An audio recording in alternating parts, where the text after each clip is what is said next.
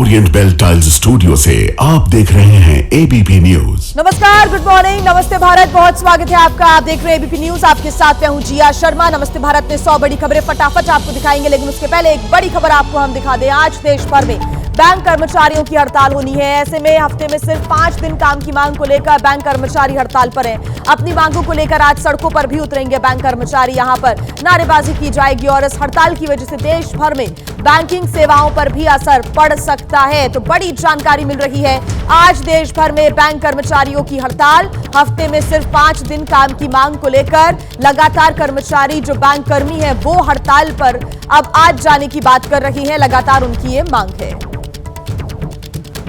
बड़ी खबर आपको बता दें, मध्य प्रदेश के भोपाल में लुटेरों का आतंक लगातार जारी है और एम्स अस्पताल के भीतर महिला से लूट की वारदात को अंजाम दिया गया है। उसकी तस्वीरें भी सामने आई है। लिफ्ट में महिला के गले से मंगलसूत्र छीना, मंगलसूत्र छीनने के बाद बदमाश फरार हो गया। सीसीटीवी में यह पूरी घटना रिकॉर्ड हो गई। जो सीसीटीवी कैमरा लिफ्ट के अंदर लगा हुआ था, ये तस्वीरें आप देख रहे हैं। जैसे ही लिफ्ट का दरवाजा खुलता है वैसे ही ये शख्स, ये जो चोर है, वो चेन स्नैचिंग करते हुए मौके से फरार हो गया। महिला का मंगलसूत्र छीनकर ये मौके से फरार हो गया। पुलिस पूरे मामले की छानबीन कर रही है। बिहार के मोतिहारी में छात्रा पर फेंका गया है तेजाब। ये बड़ी जानकारी मिल रही है बिहार के मोतिहारी से, जहां पर घर में सो रही छात्रा पर तेजाब फेंका गया, एसिड अटैक किया गया। छात्रा का चेहरा पूरी तरह से झुलस गया है। उसका अस्पताल में इलाज जारी है। स्थिति छात्रा की बेहद गंभीर बताई जा रही है। बड़ी खबर इस वक्त हम आपको बता रहे हैं। दिल दहला देने वाली यह घटना बिहार के मोतिहारी में सामने आई है, जहां पर छात्रा पर एसिड अटैक किया गया है, तेजाब फेंका गया है। घर में छात्रा सो रही थी, तब उसके ऊपर यह तेजाब फेंका गया। पुलिस पूरे मामले की जांच पड़ताल में जुटी हुई है। एक और बड़ी खबर आपको हम बता दें, बिहार से ही है, जहां के गोपालगंज में सनसनीखेज वारदात सामने आई। मासूम को अगवा कर दुष्कर्म किया गया। अस्पताल में मासूम बच्ची की हालत बेहद गंभीर नाजुक बनी हुई है। उसका इलाज चल रहा है अस्पताल में। घर के बाहर ये 1.5 साल की मासूम बच्ची खेल रही थी। ग्रामीणों ने आरोपी की जमकर पिटाई की है और पुलिस को सौंप दिया है आरोपी को। आगे की जांच पड़ताल पुलिस कर रही है। उत्तर प्रदेश के बिजनौर का आरोपी बताया जा रहा है रहने वाला। आरोपी का नाम मोहम्मद सारिक बताया जा रहा है, जिसने इस घटना को अंजाम दिया, इस दरिंदगी को अंजाम दिया है। बड़ी खबर इस वक्त हम आपको बता रहे हैं बिहार के गोपालगंज से, जहां पर यह सनसनीखेज वारदात सामने आई है।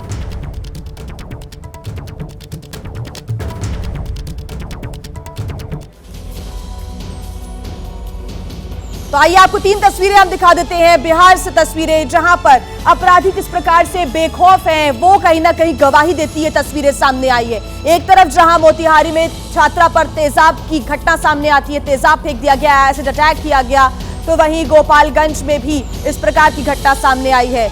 बिहार के पटना से भी तस्वीर सामने आई, जहां पर अपराधियों के जो हौसले हैं वो बुलंद नजर आते हैं। गोपालगंज में दरवाजे पर खेल रही 1.5 साल की बच्ची को अगवा किया गया, उसके साथ दुष्कर्म की वारदात को अंजाम दिया गया। तो वहीं मोतिहारी में एक छात्रा पर एसिड अटैक कर दिया गया और इस वक्त उसका अस्पताल में इलाज चल रहा है। पटना से भी इस प्रकार की एक तस्वीर सामने आई है। और गोपालगंज की बात करें तो बीते 24 घंटे में रेप और गैंगरेप की नगर थाना इलाके में यह दूसरी वारदात है। एफएसएल की टीम ने दोनों मामलों की जांच शुरू कर दी है। तो वहीं अधिकारियों की तरफ से ये जल्द से जल्द कार्रवाई करने का भरोसा भी यहां पर दिया गया है और आरोपी को पकड़ने की भी बात सामने आ रही है। तो वहीं देखिए एक और बड़ी खबर आपको बता दें महाराष्ट्र के नासिक से, जहां पर तेज रफ्तार कार ने बाइक को जोरदार टक्कर मार दी। इस हादसे में बाइक सवार 2 लोग गंभीर रूप से घायल हो गए।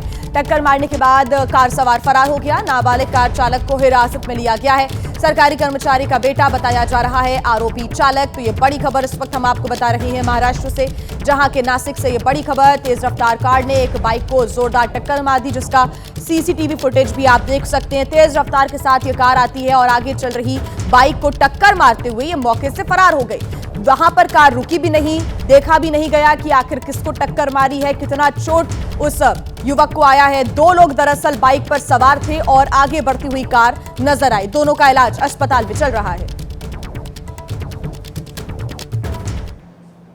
और एक और बड़ी खबर इस वक्त हम आपको बता दें, बरेली सिटी मजिस्ट्रेट के इस्तीफे पर उत्तर प्रदेश सरकार ने की है बड़ी कार्रवाई और अनुशासनहीनता को लेकर अलंकार अग्निहोत्री को निलंबित कर दिया गया है। मामले की जांच बरेली मंडलायुक्त को सौंप दी गई है और जांच होने तक शामली डीएम दफ्तर से अटैच किया गया है। ये बड़ी जानकारी मिल रही है। बड़ी खबर इस वक्त हम आपको बता रहे हैं। बरेली सिटी मजिस्ट्रेट के इस्तीफे का जो मुद्दा है वो लगातार गर्माता जा रहा है। कई प्रकार की प्रतिक्रिया भी इसको लेकर सामने आ रही है और इस बीच अब यूपी सरकार ने की एक बड़ी कार्रवाई। अनुशासनहीनता को लेकर अलंकार अग्निहोत्री को निलंबित कर दिया गया है। 6 तस्वीरें आपके सामने, लगातार देखिए। इस्तीफे पर परिवार ने अभी फिलहाल चुप्पी साध ली है, कुछ भी नहीं कहा जा रहा है। अलंकार के प्रशासन पर गंभीर आरोप और उसके बाद इस्तीफे की बात सामने आई थी।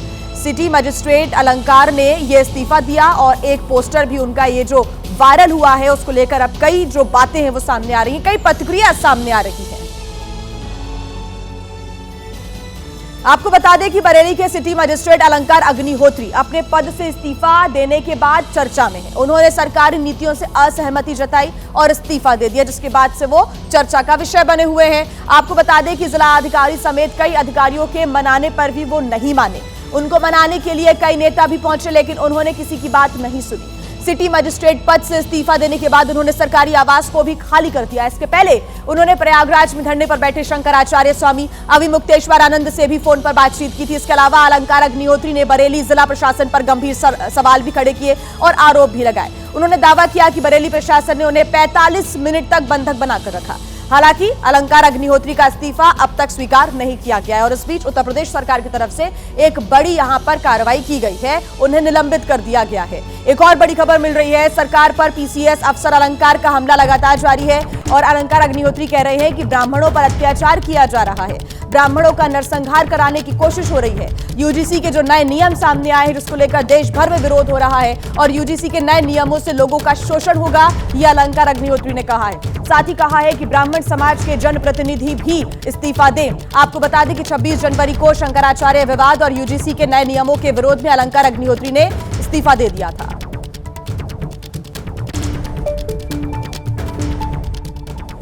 उत्तर प्रदेश सरकार में ब्राह्मण विरोधी अभियान चल रहा है। कहीं जेल में डिप्टी जेलर ब्राह्मण को मार दे रहा है।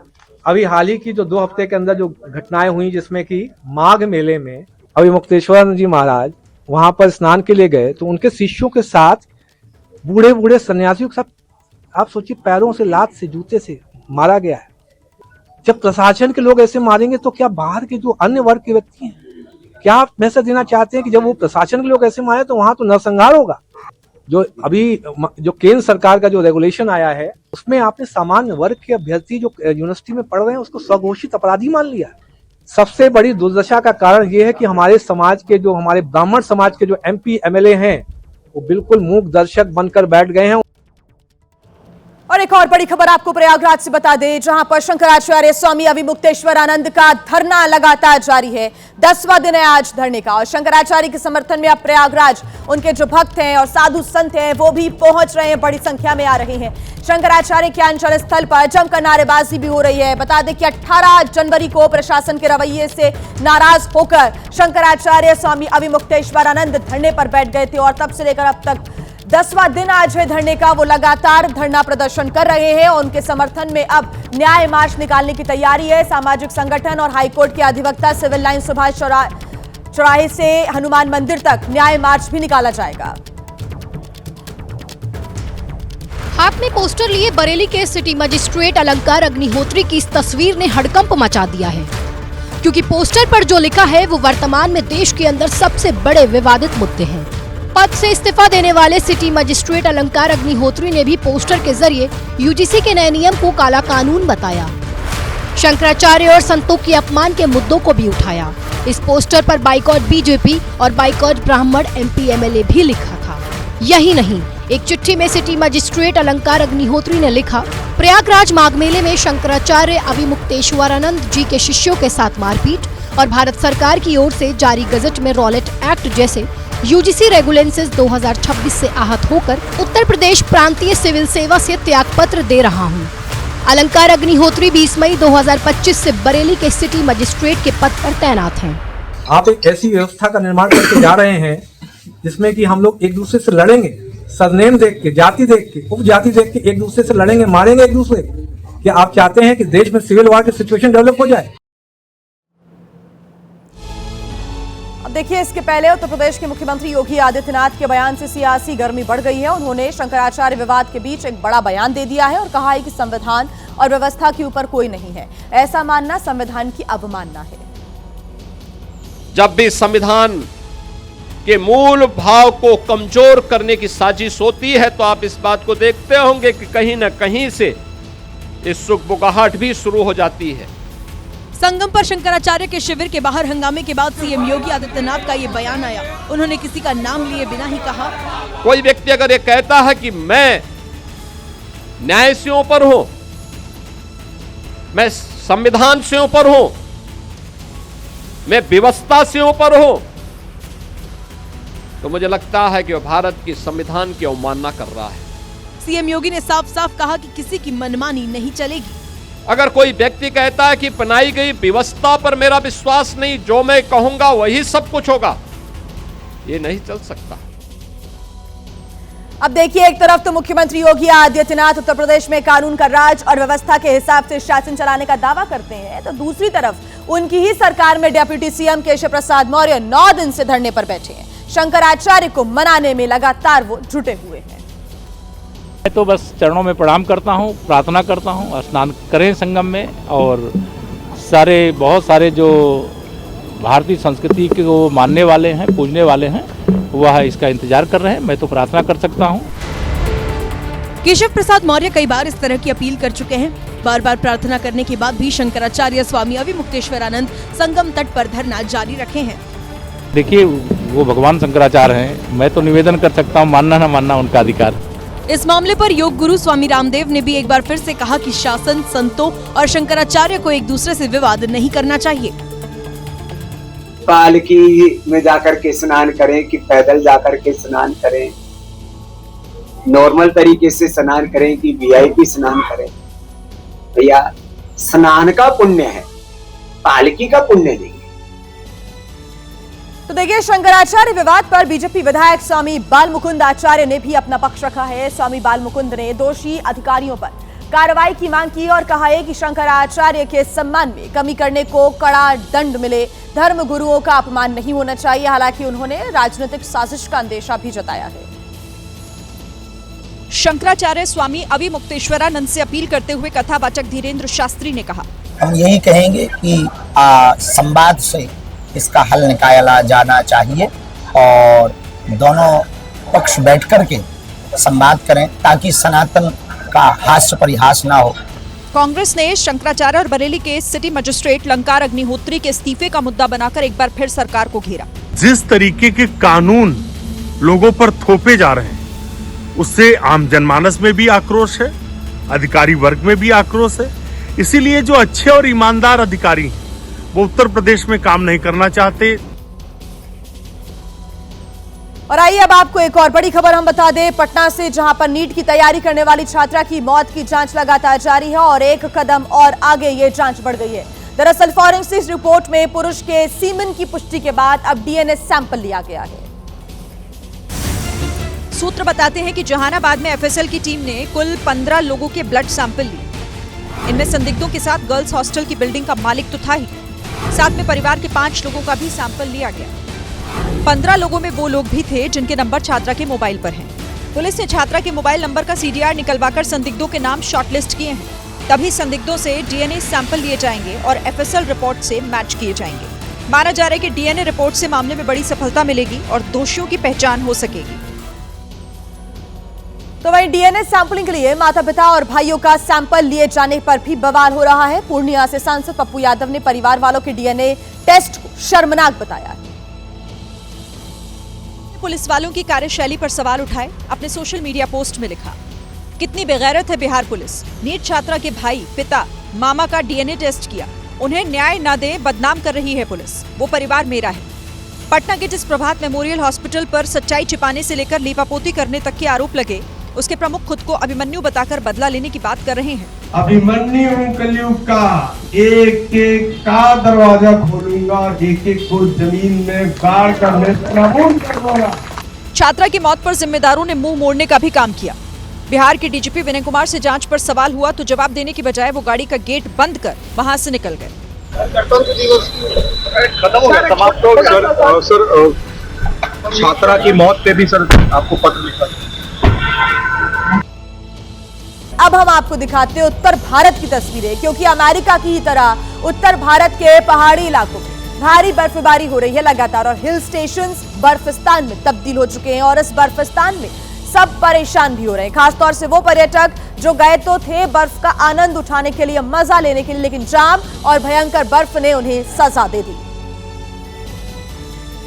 आसमान से बर्फबारी का ये विहंगम नजारा सबका मन मोह रहा है, लेकिन मनाली में ये बर्फबारी पर्यटकों के लिए आफत भी लेकर आई। मनाली में सोमवार दोपहर तक कई किलोमीटर लंबा जाम लगा था और लोग कड़ाके की ठंड के बीच 24 घंटे से सड़क पर फंसे थे। पुल के ऊपर से लेके 1 किलोमीटर तक मैं नहीं चल पाया, सारी रात वहीं पे गाड़ी खड़ी है। सारी गाड़ियां बर्फ में इस कदर फंसी हुई है भयंकर तरीके से। मैं यहाँ से 2 दिन हो गए फंसे हुए, इस रोड पे 12 घंटे हो गए फंसे हुए। और कुछ ऐसा ही हाल क्वीन ऑफ हिल्स के नाम से मशहूर शिमला का भी है, जहां बर्फबारी की खबर मिलते ही भारी संख्या में पर्यटक पहुंचे और फिर सड़कों पर जाम लग गया। मौसम विभाग के मुताबिक अगले 5 दिन तक रुक रुक कर बर्फबारी जारी रहेगी, इसीलिए अगर आप हिमाचल प्रदेश में कहीं जाने का प्लान कर रहे हैं तो सोच समझ कर जाइएगा, क्योंकि जाम आपके लिए सजा बन सकता है। और इस बीच एक बड़ी खबर आपको हम बता दें, यूजीसी के नए नियमों के खिलाफ लगातार लोगों में आक्रोश है और आज लखनऊ में पैदल मार्च निकालेगी राजपूत करनी सेना। आज शाम 4 बजे परिवर्तन चौक से शुरू होगा विरोध प्रदर्शन। देश के अलग अलग हिस्सों में इस वक्त यूजीसी के नए नियमों के खिलाफ लोगों में आक्रोश है, गुस्सा है और इसको वापस लेने की लगातार मांग की जा रही है। और इसी के तहत आज उत्तर प्रदेश के लखनऊ में पैदल मार्च निकाला जाएगा। राजपूत करनी सेना सड़कों पर उतरकर आज शाम 4 बजे परिवर्तन चौक से विरोध प्रदर्शन शुरू करेगी।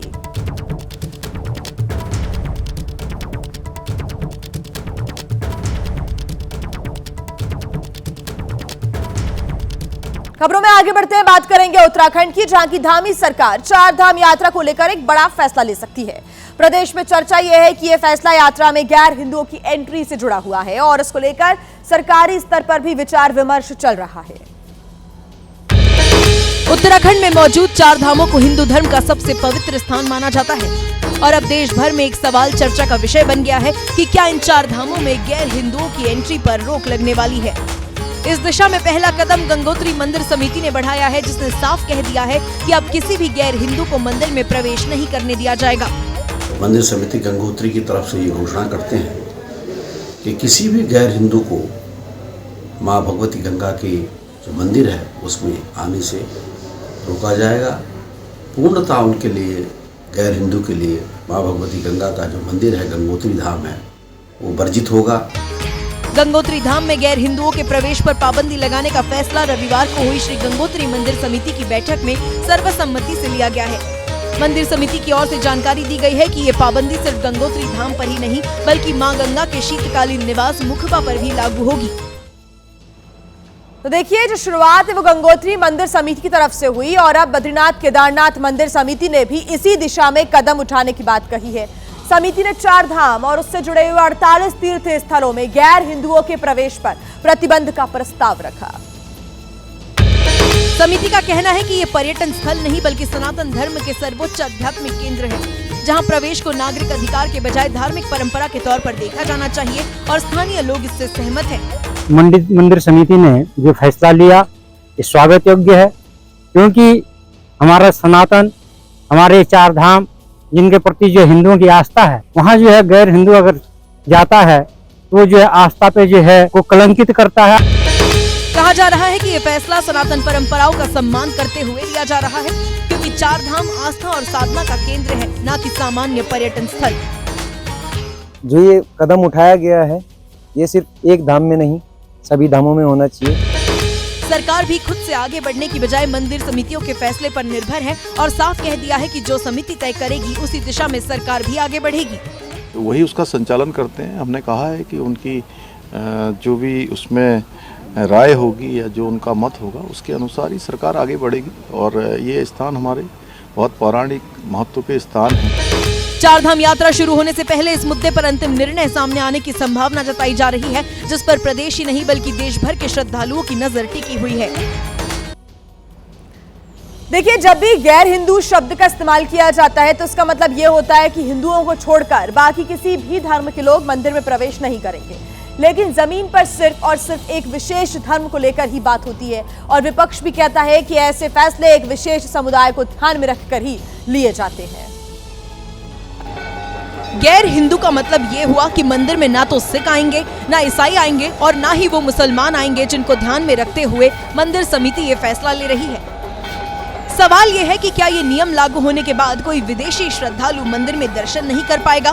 क्या बॉलीवुड से जुड़े मुस्लिम धर्म के एक्टर या एक्ट्रेस भी चार धाम नहीं जा पाएंगे? क्योंकि सारा अली खान और नुसरत भरूचा जैसी एक्ट्रेसेस कई बार इन धामों में दर्शन के लिए जा चुकी हैं। एक दूसरा पहलू ये कहता है कि इस नियम के लागू होने के बाद स्थानीय दुकानदारों पर सबसे ज्यादा प्रभाव पड़ेगा, जो इन जगहों पर दुकान लगाते हैं या कोई व्यवसाय करते हैं। और कहा जा रहा है कि ये फैसला उनको ही देखते हुए लिया जा रहा है।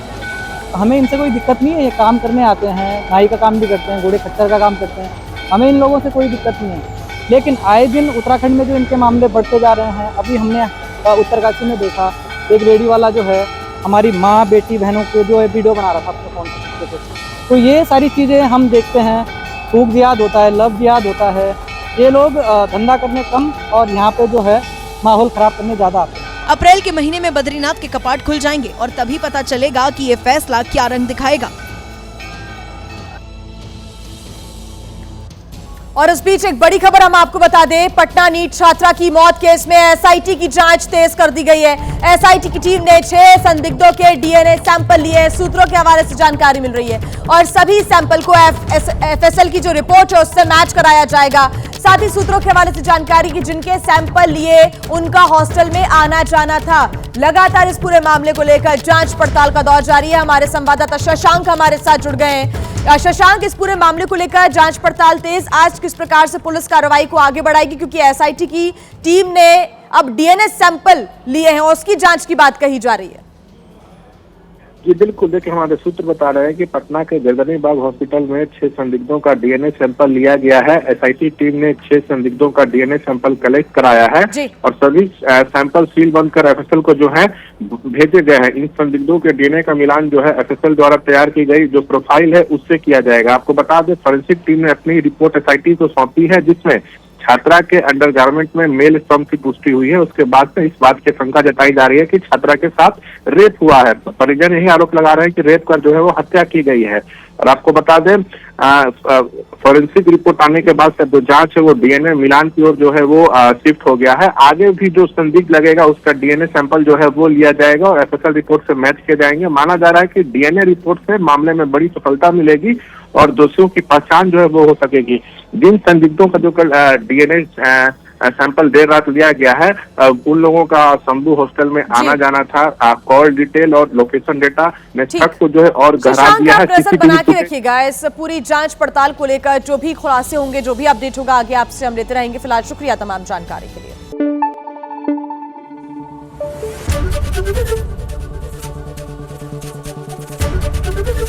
एबीपी न्यूज आपको रखे आगे।